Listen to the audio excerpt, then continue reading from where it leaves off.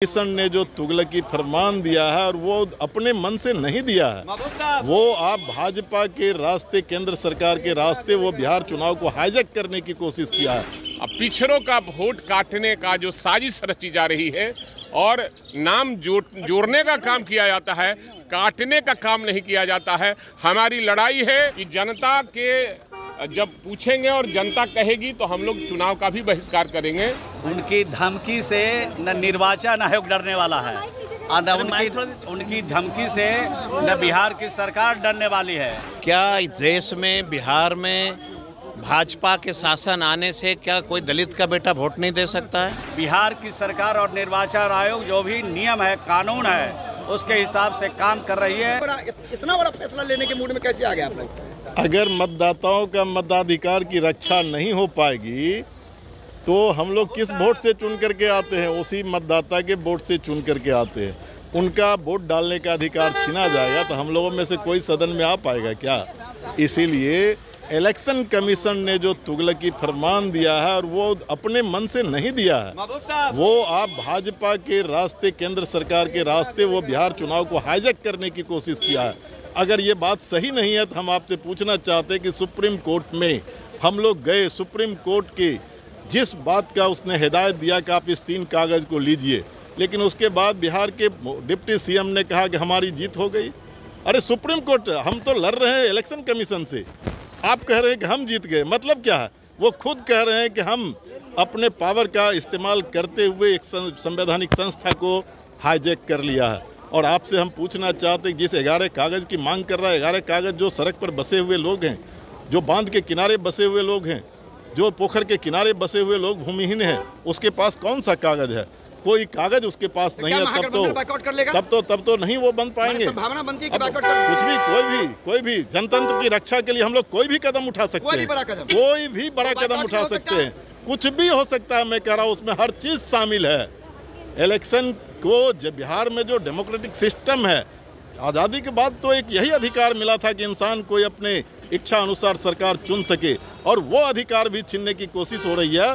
तो हम जनतंत्र की रक्षा के लिए महागठबंधन किसी भी हद तक संघर्ष के रास्ते को अख्तियार करेंगे। बहुत बड़ा निर्णय है और महागठबंधन के नेताओं के द्वारा ये विचार किया जा रहा है कि जनता के जब पूछेंगे और जनता कहेगी तो हम लोग चुनाव का भी बहिष्कार करेंगे। जब दलितों का, अल्पसंख्यकों का, पिछड़ों का वोट काटने का जो साजिश रची जा रही है और नाम जोड़ने का काम किया जाता है, काटने का काम नहीं किया जाता है। हमारी लड़ाई है, SIR का जो लड़ाई है वो निश्चित रूप से हम वोटर को कटने नहीं देंगे। जो है उसका नाम होना चाहिए, और जात के नाम पर, धर्म के नाम पर किसी का वोट काटा जाता है तो निश्चित रूप से इसका विरोध हम करते रहेंगे। कौन माफी मांगेगा? अरे विजय सिन्हा को माफी मांगना पड़ेगा, और जो मंत्री लोग शामिल है उस माफी मांगे। हमारा निकालिए और रिकॉर्ड निकाले विधानसभा अध्यक्ष जी कि किसने क्या बोला है। हम आज भी अपने बातों पर कायम हैं, मैं वापस नहीं लूँगा। और भाई वीरेंद्र मनेर का विधायक है, मनेर सूफी संतों की धरती है और गंगा, सोन और सरजू की नदी पर बसा हुआ मनेर है। मनेर का पानी तनिक कड़ा होता है, इसलिए भाई वीरेंद्र न संसदीय भाषा सुनता है और न संसदीय भाषा बोलता है, असंसदीय भाषा। और जो बोलेगा उसका कड़ा जवाब भाई वीरेंद्र हमेशा देने को तैयार है। कल जब आप बोल रहे थे, कई मंत्री थे वो भी खड़ा होकर आप पर बोल रहे थे भाई वीरेंद्र जी। मैं यही कह रहा हूँ ना कि उन्होंने असंसदीय भाषा का प्रयोग किया। जिसकी जैसी संस्कार रहेगी मंत्री बन जाने से होगा। सब लूटपाट कर रहा है देश, बिहार की जनता के गाढ़ी कमाई को। ये सब लुटेरा है सब, और लुटेरे लोग के सामने भाई वीरेंद्र झुकेगा ये कतई नहीं हो सकता है। भाई वीरेंद्र मनेर का विधायक है, मनेर विधानसभा का, जो सूफी संतों की धरती है। मनेर गंगा, सोन और सरजुग नदी पर बसा हुआ है। भाई वीरेंद्र का पानी तनिक कड़ा है, कड़ाई से मैं पेश आता हूँ और गलत को गलत कहता हूँ, सही को सही ठहराता हूँ। विधानसभा चुनाव का बहिष्कार भी कर सकते हैं। क्यों कहा? ऐसी नौबत क्यों आई? क्यों कहा आपने? आप पत्रकार हैं। क्या देश में, बिहार में भाजपा के शासन आने से क्या कोई दलित का बेटा वोट नहीं दे सकता है? क्या कोई दलित का बेटा जो है, पिछड़ा का बेटा वोट नहीं करेगा? क्या अकलियत का बेटा वोट नहीं करेगा? क्या गरीब का बेटा वोट नहीं करेगा? आप दबे जुबान में कहते हैं कि 3 से 4 करोड़ गरीब का बेटा बाहर काम करने गया, उसको वंचित गया। आज जब मैं अपने प्रखंड में हमने बात किया है अधिकारियों से, उन्होंने कहा है कि मेरे प्रखंड में अभी 10,000 लोग वंचित हैं, एक ब्लॉक में 6,000 लोग वंचित है। ये कौन है? मतलब कि गरीब व्यक्ति एक विधानसभा में 20,000 गरीब व्यक्ति वंचित हो गया। आप आइडेंटिफाई करो कि कौन है। क्या एक प्रखंड में 8 महीने में 10,000 लोग मर गए? आपको लगता है कि एक प्रखंड में 8 महीने में 10,000 लोग मर जाएंगे? बहिष्कार तक मामला जा सकता है। सवाल लोकतंत्र का है, आप बहिष्कार की बात मत करिए।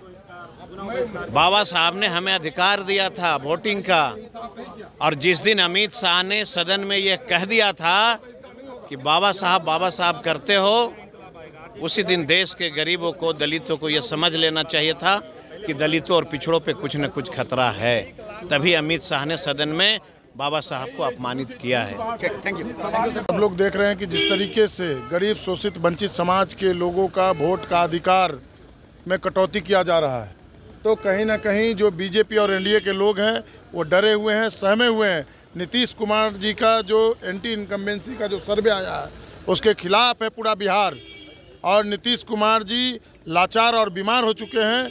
उसी का नतीजा है कि एनडीए के लोग अब वोटर पर जो है वो चोट करने का काम कर रहे हैं। लालू जी हमेशा से कहते रहे कि वोट का राज मतलब छोट का राज, छोट का राज मतलब वोट का राज। उस पर जो है हमला किया जा रहा है। लोकतंत्र खतरे में है। तो सुना आपने कि ये नेता कह रहे हैं, जो आरजेडी के नेता हुंकार भर रहे हैं, तो दूसरी तरफ आरजेडी के साथ खड़ी है कांग्रेस और महागठबंधन के तमाम घटक दल के नेताओं का भी बयान आ रहा है। और इस बीच कांग्रेस और आरजेडी के इस फैसले पर जो है बड़ा वार किया है बिहार सरकार के मंत्री श्रवण कुमार ने। क्या कुछ कह रहे हैं, सुनिए। करेंगे उनकी धमकी से न निर्वाचन आयोग डरने वाला है, और न उनकी धमकी से न बिहार की सरकार डरने वाली है। बिहार की सरकार और निर्वाचन आयोग जो भी नियम है, कानून है, उसके हिसाब से काम कर रही है। और इस तरह के चुनौती देने वाले नेता हताश और निराश है, इसलिए इस तरह की बात करते हैं। निराशा होने की बात करें, पर करें कि बिहार के जो मतदाता उनका वोटर लिस्ट से नाम काट रहे हैं। भाई आप लोग, बिहार के मतदाता का नाम किसी भी कीमत पर नहीं हटेगा। जो मृतक हैं, जो डबल है, जो विदेश चले गए हैं, और उन सब का नाम हटेगा। जब वो यहाँ पर है ही नहीं तो उनका नाम कैसे चढ़ेगा? मृतक हैं वो कब्रिस्तान से आएंगे, वो मुर्दघट्टी से आएंगे। नाम हटना वाजिब है, कानून के हिसाब से काम हो रहा है। मंत्री जी कह रहे हैं कि नीतीश कुमार अचेत हैं। तेजस्वी यादव बताना चाह रहे थे कि एसआईआर हो रहा जो गलत है, वो खड़ा होकर कुछ भी बोल देते हैं। नीतीश कुमार जी बिल्कुल स्वस्थ हैं। नीतीश कुमार जी का विजन और सोच आज वही है जो आज से 20 साल पहले है। जो उन्होंने काम किया है बिहार में, उसका जोड़ा देश का कोई राज नहीं लगा सकता है। तेजस्वी जी को अपने माता पिता के 15 साल का बात पूछना चाहिए उनके माता पिता को कि बिहारी कहलाना जो स्वाभिमान का विषय था, उसको अपमान का विषय बनाने का काम किया है। इसलिए उनको इस बात को समझना चाहिए। बिहारी कहलाना स्वाभिमान का विषय है। बिहारी 14 करोड़ बिहारियों के लिए गौरव का विषय।